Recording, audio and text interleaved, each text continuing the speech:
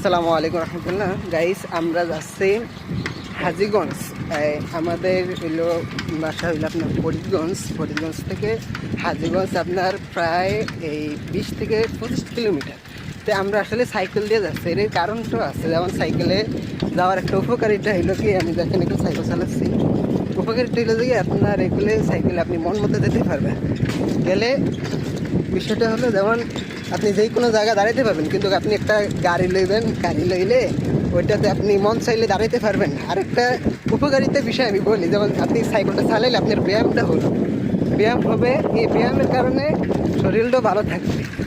যাক, যাচ্ছি, আপনাদেরকে পুরো বিষয়গুলো আপনি দেখাবো, আরও ব্লগ করব। ধন্যবাদ সকলকে। আমার সাথে আরেকজন যাচ্ছে, বাট উনি ক্যামেরার সামনে আসতে চাচ্ছে না। ওনাকে আমি একটু ক্যামেরা ঘুরে দেখাচ্ছি, দেখেন ওই যে উনি ওই যে সাইকেলে চালাচ্ছে। ধন্যবাদ।